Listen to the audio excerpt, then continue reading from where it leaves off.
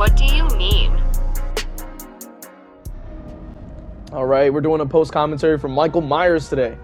We are utilizing a different add-on here that you may not really see too often at the high levels, which is the Vanity Mirror, and we're using Jewelry Box to give us an extra 30% walking speed.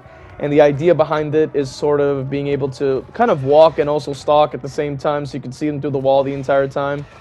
If you guys don't know what the add-ons do, which I would be surprised if you don't, but Vanity Mirror essentially gives you, they lock you in tier 2, but then you get aura reading from 60 meters within that range, and then as you can see, and then you also get, Jewelry Box will give you extra movement speed by 30% while stalking, so you'll be essentially at walking speed while stalking, so you can still be able to follow them through the walls while using your ability as sort of that wall hacking potential. So obviously not the most S-tier combination. Obviously, when you're playing Myers, you want to use the best add-ons because using the other add-ons, most of them are very useless. So you're better off using, the Tombstone Piece, Tombstone add-on, Infinite Tier 3, like that. Those kinds of things. Those are much more effective and much more useful, especially at the high levels. Compared to Vanity Mirror, but I really wanted to give it a chance, and also because of the rarity of those particular add-ons, I wanted to try to conserve them, but I realized by doing so it actually dampens the experience of playing Myers, and actually makes it quite irritating to play, because he does have a very lackluster base kit, as most killers do, but that's what add-ons are, at least how I see it, that's what add-ons are for, and that's what I consider when deciding if a killer is remotely good or not.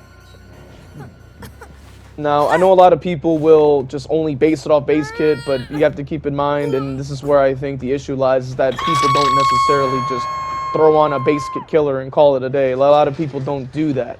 So I don't think that would make sense to base off a ranking off of something that nobody experiences. That doesn't make any sense. So honestly, if we're having add-ons in mind as we normally, and what makes sense to do so, Myers is definitely going to be up there as one of the best in the game, especially when you have an add-on that can eliminate a player at essentially 5 gens without even having to hook them. You just take them out with a Mori, and then they're boom. You already got them out of the game, and you literally can just win, spiral out of control off of that alone. Now, because of strengthening that to that level, I wanted to try to hold on to the add-ons and keep them as close as I can. Try to rack them up if possible. And that's why we're here, trying to see if Vanity Mirror at least has some value. Now, the extra benefits of Vanity Mirror is you do get that blood point bonus to all your hits and stuff. And so by having that, I figured that would at least allow me to not only build up more blood point gain to be able to obtain those add-ons again, but in the future have a more fun experience playing Myers. Now, I am a very well experienced Ghostface main. I would consider myself to be one of the outliers of the Ghostface players. I feel like I play Ghostface very differently than a lot of people tend to do. I play him very aggressively when people think he's just supposed to be some kind of, well, I mean, obviously he's a stealth killer, understandably, but I feel like they play him a little bit too stealthily, to their detriment, and that's my own thing. That is my own observation, and that's why I try to show you guys how I play him, because I figure if I were to try to compare to like the Scream franchise in terms of the movies as to how people play, I feel like they're running it like 90s something. I forget when that dropped. Was it 97? I don't remember. But they're playing Ghostface like it's the damn 90s. Like, Scream just dropped, and he's scary. He's hiding around the corner. And then I feel like I'm kind of playing in that modern age Ghostface as we've seen in Scream 6, where he's just right around the corner, immediately ready to hit to slash you up, and he's very aggressive.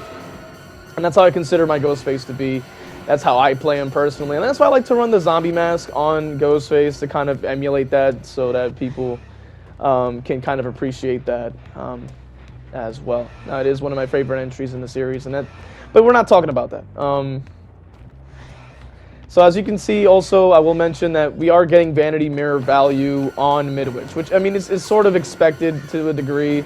Now, we are using Save the Best for Last and Rapid Brutality to try to help aid with the chase, because I consider Myers to be more of a chase killer, obviously. And we are also, as you can see, getting value from both add-ons at the same time here, because we are able to hold down our stock and walk around to be able to get the value, and we can essentially mind game them without having to really do a lot. Now, we obviously still have the red light, so we can even show that, and then, you know, if you're really more advanced with using this add-on, I guess, you can still kind of make that the argument that it would be up there with the Tombstone piece, the Tombstone add-on, Tuft of Hair, potentially, right? Because you do have that extra info pretty much at all times, and then you will be able to utilize, you know, other perks within that frame to create like a very strong, you know, killer.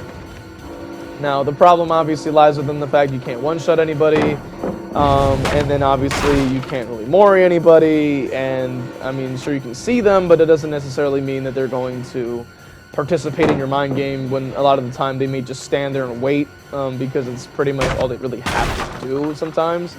I've actually spoken to people that really despise the fact that Myers can just get free wall hacks, and they think it's broken and it should be removed or some nonsense, which I honestly, I don't think it's really, you know, a humongous deal. I think that, you know, people in general, if you're actually well experienced, and I mean well experienced with killer, and also, by the way, I actually fumbled there on that pallet break. I should, like that earlier pallet, I should have broken it on the other side and kept them on that side. I actually fumbled here. That was a big fumble on my part, because then it extends the chase even longer, so that's actually my fault. I shouldn't have done that.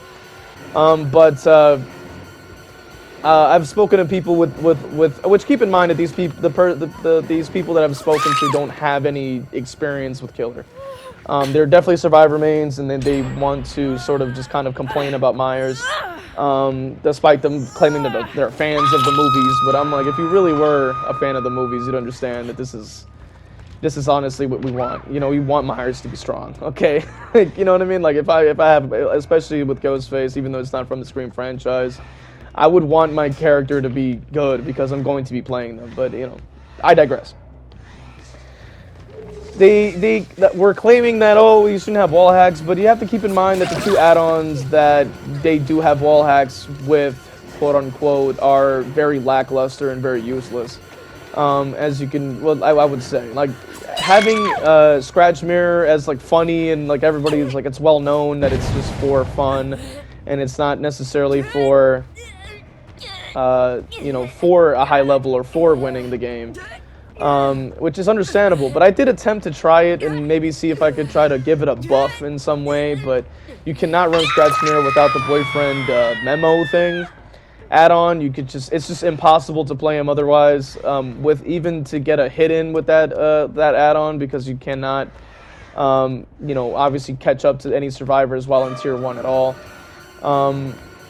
And that's exactly why, when playing Myers, you ideally want to focus on eliminating the flaws.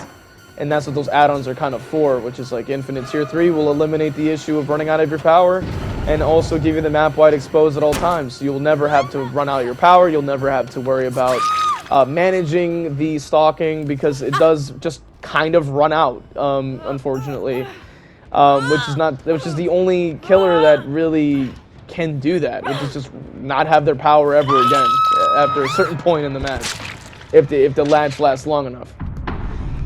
But that, and it's been a difficult journey trying to understand Myers here. Now, I will quickly mention that I was about to catch up to this guy, and you'll see that Behavior decided to just kind of give him the hatch. So we're gonna actually move on to the next gameplay, but I'm gonna have this you know, in the background, so you guys can continue to enjoy me trying to get value, and as you can see, all mostly meta perks.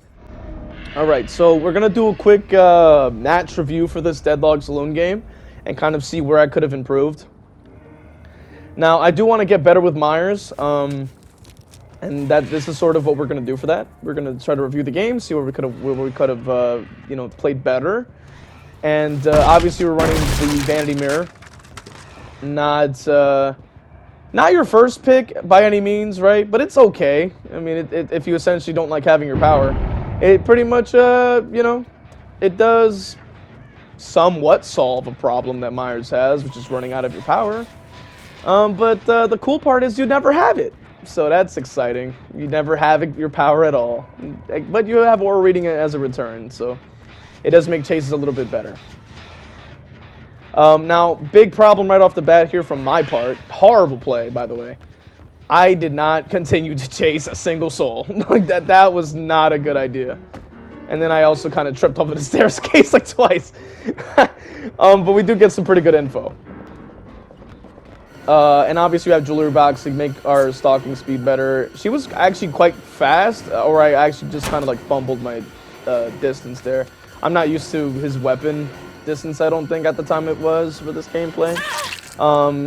And they were, like, they almost had the right loop on the saloon, but then they just fumbled, so that was what we could have utilized. Now, the thing was, I heard the gen next to me going off, and then I started to try to defend it, and that was just a bad idea.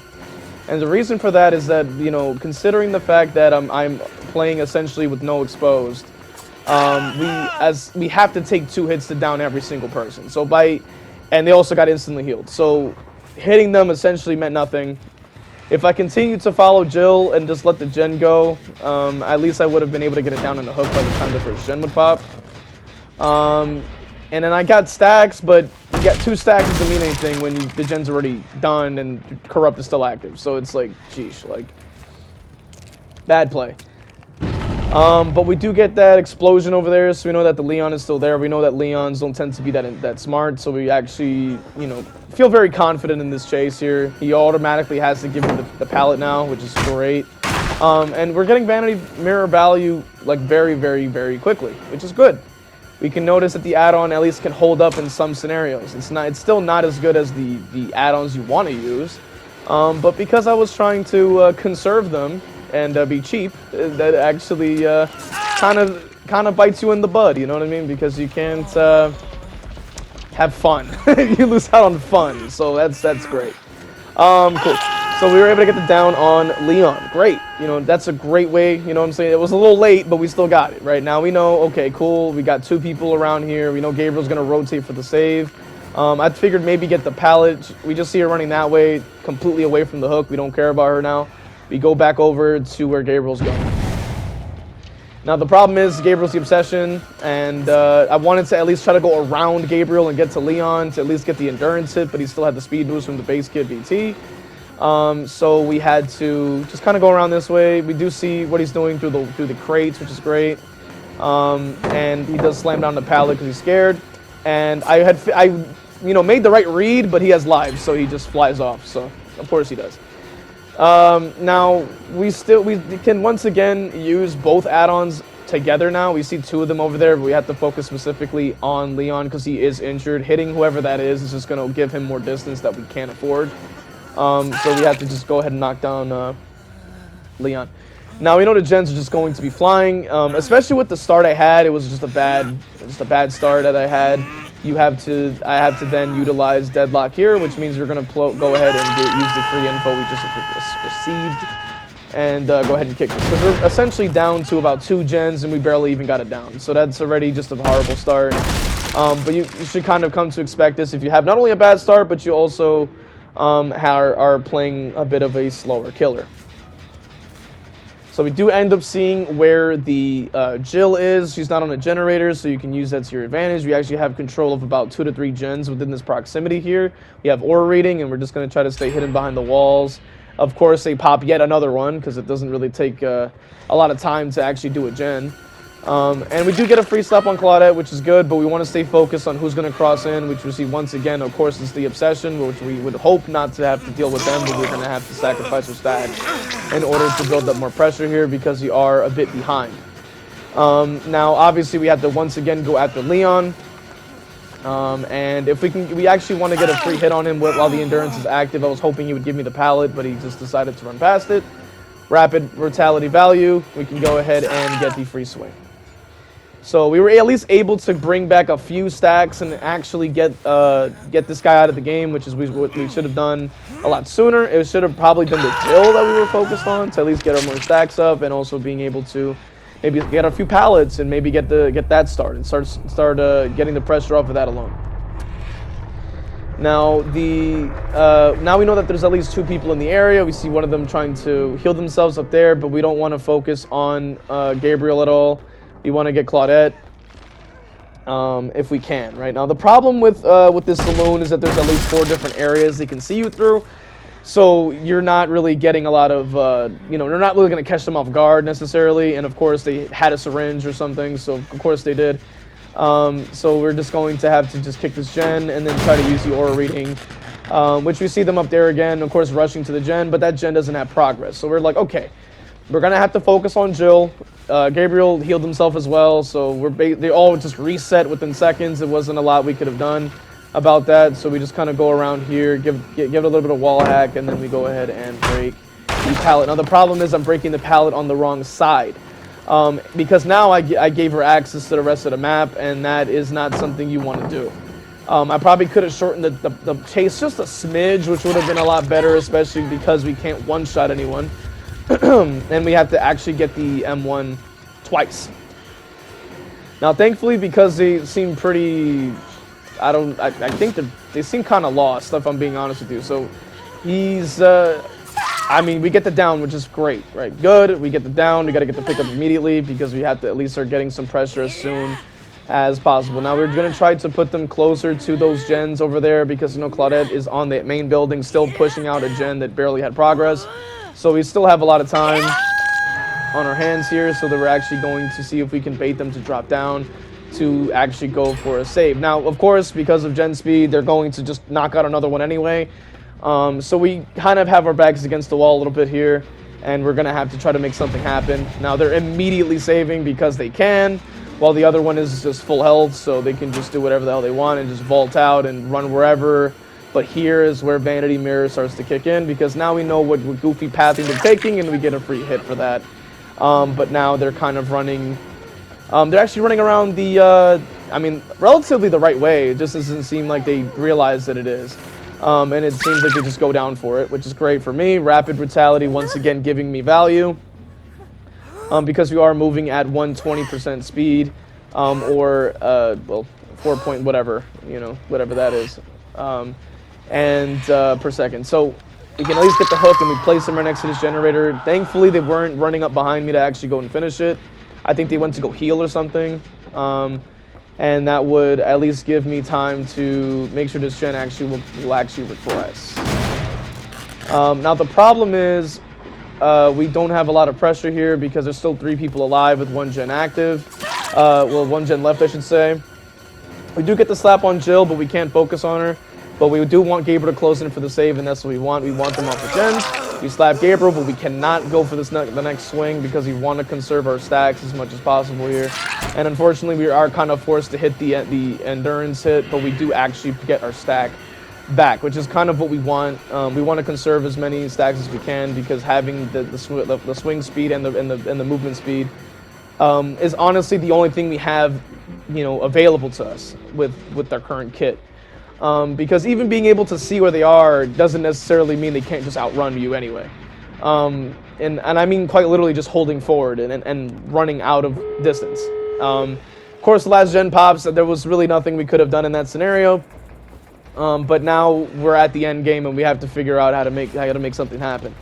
So I figured we already have somebody injured in front of us. She doesn't know where we're coming from. We kind of hide the light as best we can, and we knock them down because we may have caught them off guard. Now, we do take the time out to break this wall because, it can be very tricky if they were to try to play it safe and go around.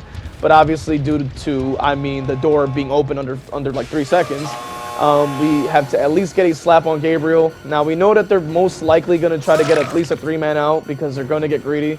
And this is where we have to be smart. Now, we have aura reading. We know where, at least now we know where 2 of them are. We know Gabriel has a med kit. He might try to heal himself if he hasn't already. We know that Jill's in the back of the map, so we have to focus on Gabriel. He's the closest to us, and he's also the one that is near us and injured. Now, the problem was we couldn't get the swing. for whatever reason, because fast vault. So now we have to go ahead and focus on Jill. We get her on the ground, and then we're back to where we started now. But now we need to go ahead and see who's closest to the door and get them on the ground. Now Gabriel's wasting time healing. That's good. We're going to pressure him to get off of the heal. We knock him down. Now, okay, good. We're in a good position. Out there healing for no reason. I don't know why they're doing that, but hey. So we're going to try to bait them to go down. We want them to try to drop down because they're trying to get to full health as soon as possible, and they're going to try to fly off and get another pickup. But if they were to do that, we'll just down them again. You know what I'm saying? If you down them again, it's over, right? Good. We down Claudette. We just go straight over to Jill. We know she's going to start heading to Gabriel because he most likely has the most recovery. If she vaults it, she dies. There she goes. So that is how you win the game, ladies and gentlemen. Now keep in mind, right? Keep in mind, because this is DBD. There may or may not be a 4%, which actually to me is 40% or even 400% because they always somehow get off the hook. So we do have to be patient. We do have to wait once we do end up hooking somebody, just to make sure that they are not on first hook and are able to save themselves. Now, we at least know that Jill's been hooked before, so that at least gives us an opportunity to, you know, just go to the next person. And thankfully, Vanity Mirror does show you the auras of downed survivors as well. So we can go ahead and just kind of make our way around and find where the Claudette has gone to. So with that being said, now we can just go ahead and put them over in this area. And depending on if they are on the first hook, which they're not, thankfully. Now, obviously, we don't really know where the last person was. Because we had downed them near, like, the saloon, but then who knows where they crawled off to. So we still had to kind of keep our eyes open, just in case for some reason the hatch would end up spawning. And then we were able to kind of close it, but you know they already had adrenaline activate, so we would be fine if they were, you know, if we closed the hatch. But I don't think we were able to find it, so I'll probably just cut ahead so that we actually get to the next game. So we let him bleed out. We literally could not find him. He must have just crawled completely out of my aura reading range. But we were able to get the 4K, and in a very bad situation that probably shouldn't have been that bad if I had just committed to a chase from the very beginning. Now, we were going against, I mean, they did have a lot of strong perks, and they sent me to the Dead Dog Saloon, especially the Gabriel running every meta perk under the sun. We were kind of trying, you know, we had to kind of work with what we had, considering. But let's get into the next one. All right, so let's do another commentary for this match in RPD. So, yeah, we're running the same build as before. Save the best for last rapid. It seemed like it would be the best combination we could run because we are kind of doing a lot of M1ing.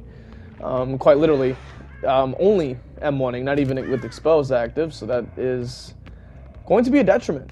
But we spawned on a decent area. We do get a good angle on the person over there. So we can get out of tier 1, which is just the best case.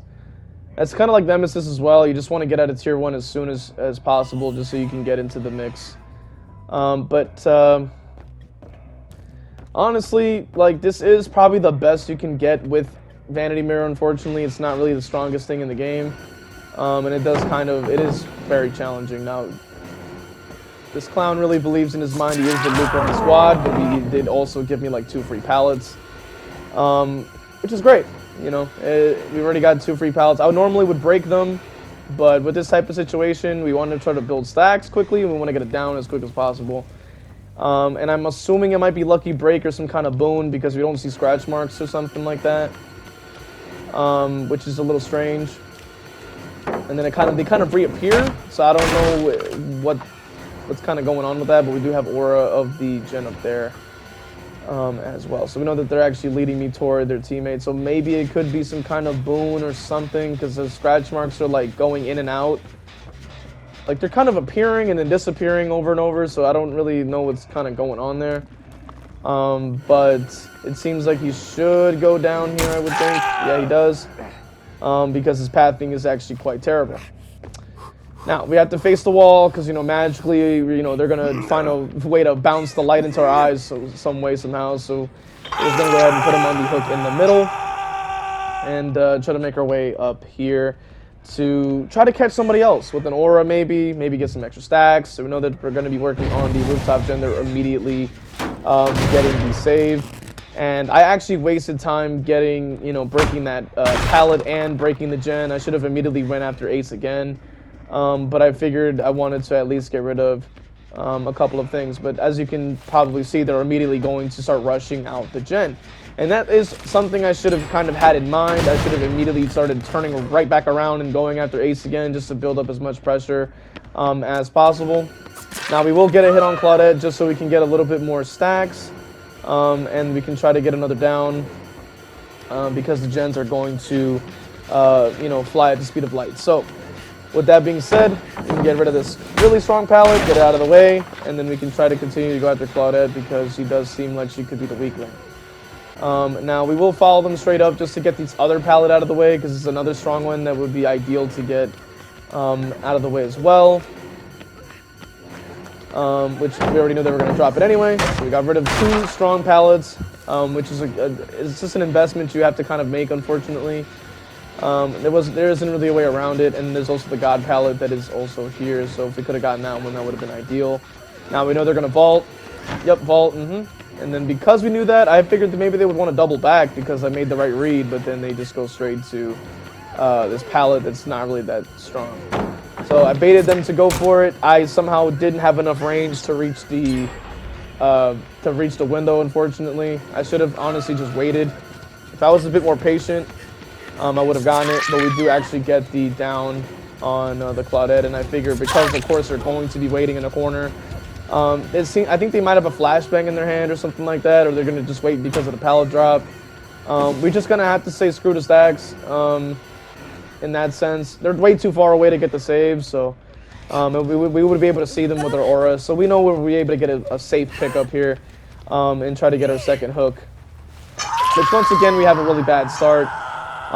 And this obviously, you know, and of course we lose yet another gen. So as you can see, it really doesn't take that long for gens to just kind of fly out of control despite, you know, how well you play. So with that being said, and this is exactly why I always tell you guys to just, you know, play to the strategies, play to win. And obviously we know that Ace is the only one with an actual hook, so we want to start chasing his goofy ass to start at least applying the most amount of pressure that we possibly can. Now, we're trying to read the aura, but he's somehow just not being read, which is weird. His scratch marks just like disappear. His aura is not being read, which is really strange. So it could be distortion, and that's why it just keeps disappearing every couple of seconds because of that. Now, I think because, like, Vanity Mirror, despite the fact that it is an aura perk, you can definitely try to like quickly hit the button so that they can waste like tokens. If they kind of need to adjust the perk a little bit to make it function a little bit differently, I would think, just so that the stack. I would think it would be better if it was like stakeout, where if they're not in chase, they wouldn't get a token or something like that. I don't know. I don't run distortion when I play Survivor. I'm not that horrible at the game to need it, you know. But either way, we kind of have a strong position here. We're kind of forced into this position where we kind of have to wait here and use the gen here and the hook as our defense. We also have the aura reading, so we can get a quick stack off of Adam, but we do not chase because we quite literally can't. Now we have only one person is actually not injured. The Adam's upstairs. He might try to rotate around to get the grab. That's fine. The other two are right in front of me. They can either heal or do something like that, but that is once again more time wasted. We know he's going to try to rotate back up there. We slap Claudette as well, just so we can build up another stack, and we maintain control. We know Adam, of course, predictable as always, runs up to the top. So we just try to stay within this area. He can waste time healing himself. It's more time that they're not helping him. And then we can try to actually see if they can bait him and drop down, which we just knock him down right on time. And then once again, we can get the pickup here. And we can now place Adam toward the middle of this area here. And then we can go ahead and defend the gen. And this is how you're able to leverage the game to your side. Now, a lot of survivors are going to complain and cry about it in the comments and always cry about it all the time. But at the end of the day, you know, this is just how it has to be done. And of course, he had deliverance, so we can then go after him as well. Now, this is the type of stuff I'm talking about when I say that survivors are constantly carried by their perks, by their second chances. Because normally it would take a person to go for a save, but no, that doesn't matter now, because all that pressure of having somebody on the hook now gets deleted by a single perk. So it really is interesting. Now, we let Adam run off, we let this idiot close in. We're going to have to just sacrifice our stacks. For some reason, I didn't get the lunge. I don't know why that's the case, but we still got it that time. And we just kind of have to leave her on the ground because I just don't have time to actually go for the hook, because by the time I do, they'll already finish the gen, and we can't be down to one gen with the gen spread this bad. We need to try to go after one of them, which we have Adam just running around. We actually try to get Claudette to drop down, which is actually what we wanted, and then we can start to build up our stacks that way, and we continue to try to let the gen regress in the meantime. Now, we know that Adam most likely would rotate back, which is exactly why we turn back around. We use our game sense once again to give us that advantage, and the aura reading to give us that information. We see where he's running to with once again through Vanity Mirror. We try to wait here and see if maybe he wants to like outrun, maybe somewhere else, but it doesn't seem like it's going to work because all they really have to do is just wait, which kind of defeats the argument that one of these other Survivor mains that I knew was saying that wall hacking on Myers is supposedly broken or something. But as you can see here, even knowing where he wasn't enough. I had to then utilize mind games and my footwork to actually get that down in the first place. So knowing where you are is really not that doesn't really matter. You can see where any survivor is, and I can know where a survivor is through my game knowledge and game sense, but that doesn't necessarily mean absolutely anything if I can't down them in the first place. And that's just low-level speak, you know what I'm saying? A lot of low-level survivors will complain and say everything's broken and constantly say killers are overpowered and all of this BS. But at the end of the day, let's keep in mind that this game is team-sided. If you have communication, if you have comms, you know what I'm saying? If you have just a party open with your teammate, you're going to have a much better position than anybody else will. Because you can just utilize that information. You can relay information to multiple people saying, hey, look, he's over here, he's over there, he's over this, he's doing that. And then by doing that, it opens up the opportunity to create better plays and stronger outcomes because of that. Now, thankfully, Yui is quitting. This other guy is wasting his time healing, and the other one's on the generator. So I figure, all right, let me actually push Adam, because now Claudette's going to have to be the one going for the save on the Yui. Instead of actually rushing out the generator. Now, we're trying to force him to actually go for the pallet drop, which thankfully the game actually registered. I got the knockdown, and then we actually attempt to go after the Claudette because we do have the Vanity Mirror aura reading. Now, I would say in this situation, I think I played it as well as I could have when I realized that we were losing control of the game. And thankfully with the aura reading, we are able to go ahead and see where they are, and then we just knock them down, and the game is essentially ours. Now, this is why I always tell you guys that you need to utilize the strategies, because gens are just going to fly no matter how you play. You can play nice all you want. At the end of the day, the gens are going to get done, so at least get a kill out of it. That's my mentality. At least have some fun, at least get some kills out of it, because at the end of the day, it doesn't require any skill to do a generator. You know what I mean? You could just quite literally just press a button and they'll do the work for you. They don't have to really be in chase to apply pressure. But as a killer player, you're going to have to utilize, you know, quite literally everything you have in order to, you know, get wins. So especially when you don't have exposed on a tier 2 locked Myers, you're going to have to do what you can. So with that being said, we do have one more gameplay for you guys, so I will go ahead and get to that one.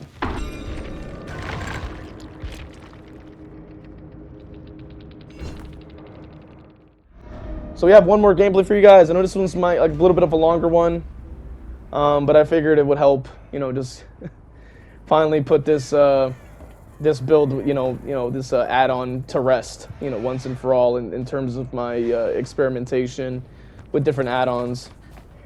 And I've come to the verdict that I don't really want to run this add-on, really, or Scratch Mirror. They both just kind of, they're really just not that interesting. Unless you're actively just you know, trying to, you know, have fun, you know, for the haha, you know.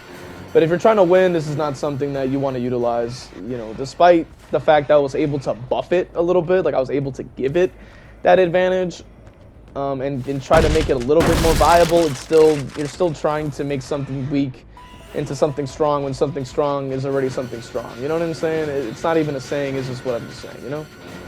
Either way, once again, I think I'm doing all right here, but my main issue definitely lies in the fact that I'm not quick to just move on to the next target.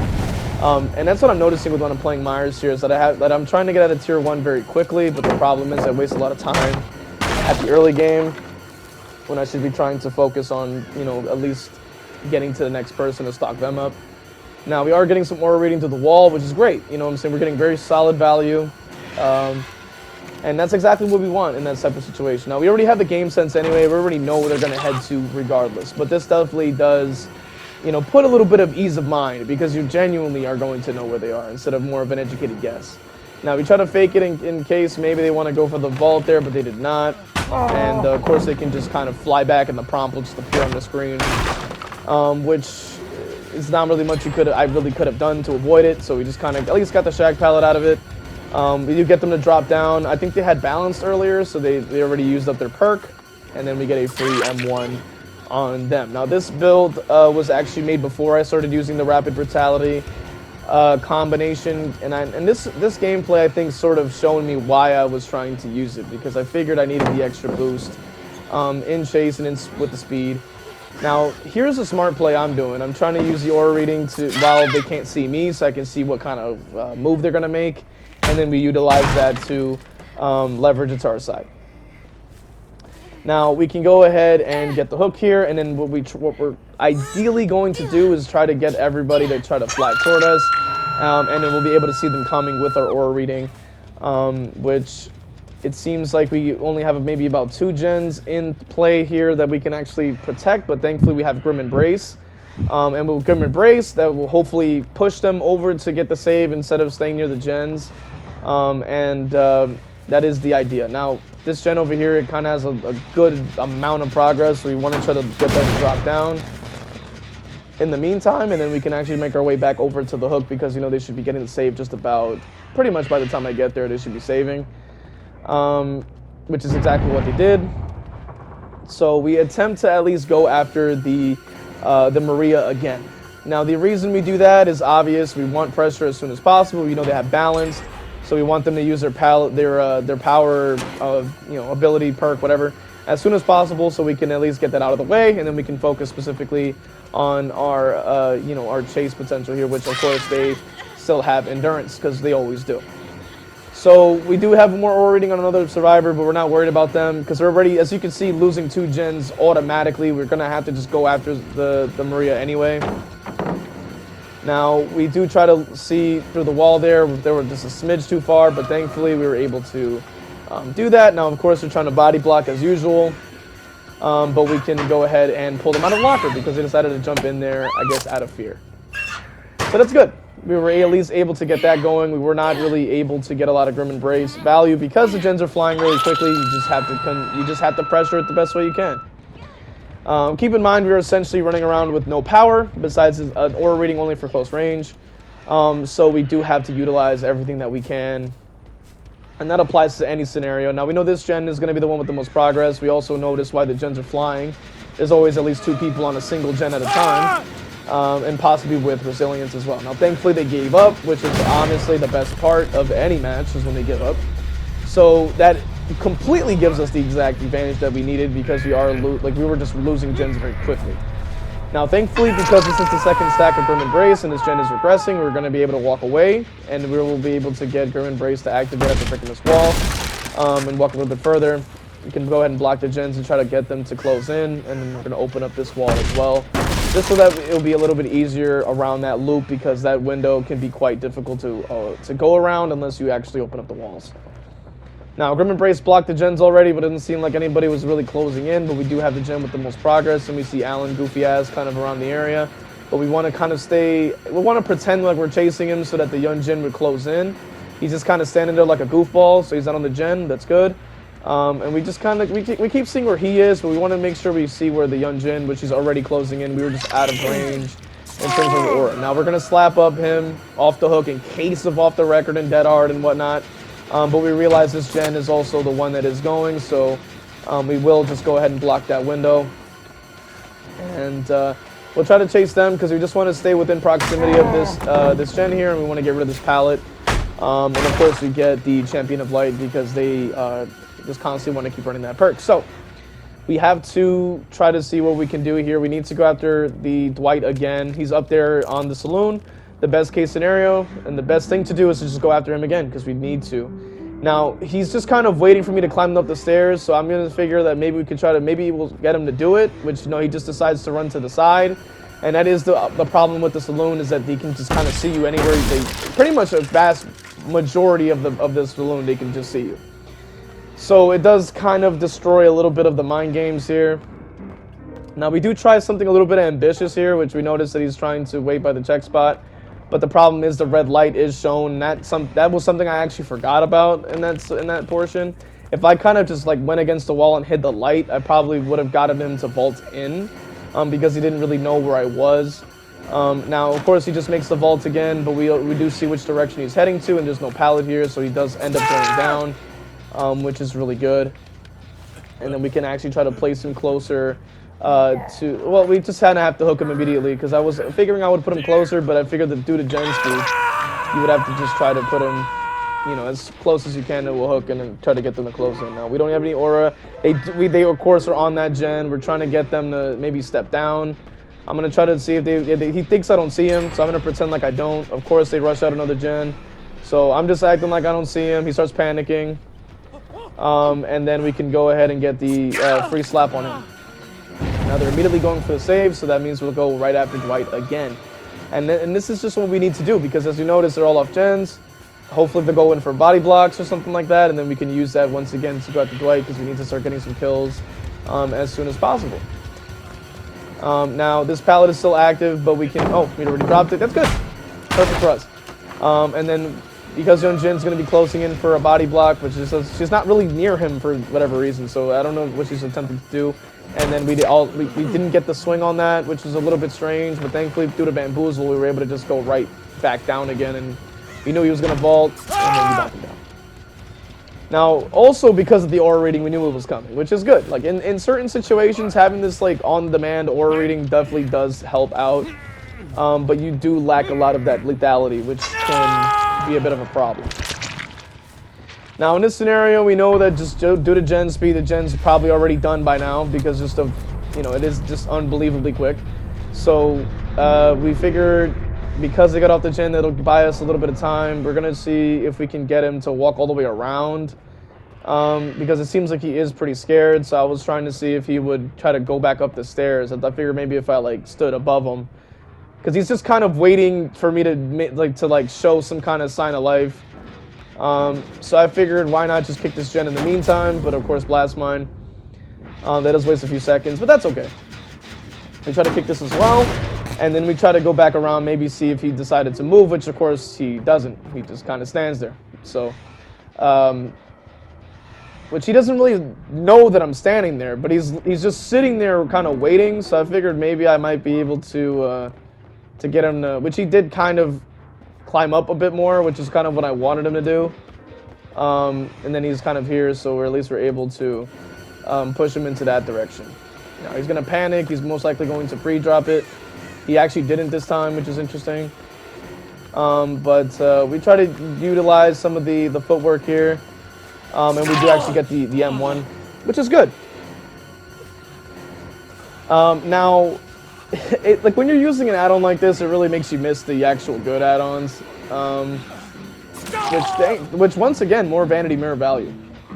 But it does make you miss some of the other add-ons, because that chase would have been done already if I just had the infinite tier 3. So we'll definitely try to put out the videos using that, just so I can at least enjoy Myers, dude. Like, enjoy playing Myers, because it's just been it hasn't really been that enjoyable running Vanity Mirror like these games. Like it's been okay trying to, you know, get value out of it, but not the most that's not the most powerful thing in the world. Now this gen is also 99 as I kind of expected, but we're gonna go ahead and give it a kick. And we do have the aura reading potentially, so we can at least see them, but they did end up quitting on the hook, which is expected. You know, when they get outplayed, they tend to catch a tantrum, so it's understandable. But with that being said, we try to find the last person and then we'll end off the video. So thankfully, for once, the hatch spawns right near where I'm at, you know, for once. And then we try to catch him here, right? Now here's sort of where you know, where the fun begins, right? Because the only way they would be able to get to the door without you knowing is really if they just are out of your range. Which is obviously, you know, you have to walk from point A to point B with no speed boost, no dash, no teleporting, no nothing. So you just kind of have to do that, which is it is fine. But thankfully, you know, they still are going to get, you know, aura reading. Now I think this is also really good against distortion because with each aura, like you just press the button once, it activates the perk. And we actually see them there now. I'm just kind of like walking around, just kind of standing there, and I guess he kind of figured out I had Vanity somehow, which is interesting. I guess it's because of just the way I was like stalking and like walking to the side, I guess, or something. But because of the thing here, we try to like get her to vault, which is good. The only problem is because this area hasn't really been cleared out, so you can just consistently keep vaulting over and over. And obviously due to the Myers breathing, you'll also be able to hear the through the wall. But either way, I mean, we still kind of had the time on our side. Unfortunately, there's just a lot of pallets, and I don't really feel like breaking them in this video when I was actually recording it. I didn't actually feel like breaking them, so I just figured why not just waste as much time as possible and the entity take care of it. Because I was using Vanity, so I was like, you know, let's keep in mind, like, it's not a lot of at our disposal here. Plus, I think it's probably more funny if they die to the legs than it is to try to get the M1 and go, like, try to race to the hook or something for extra points. So we just keep them locked in here, you know what I'm saying? It's not like they outplayed me or anything like that. They actively just had a bunch of stuff in the way, so we give them the big old nod and then just kind of stare at them for a while so they know what they know they're killer. But either way, with that being said, I hope you guys enjoyed the video. It was a bit of a longer one, and yeah, I mean, hopefully you guys maybe learned something, or, you know, maybe may try out the build and see what you guys think. I don't recommend it, but if you want to do that, feel free. Maybe it'll work for you. With that being said, I hope you guys enjoyed it, and hopefully I'll see you in the next one.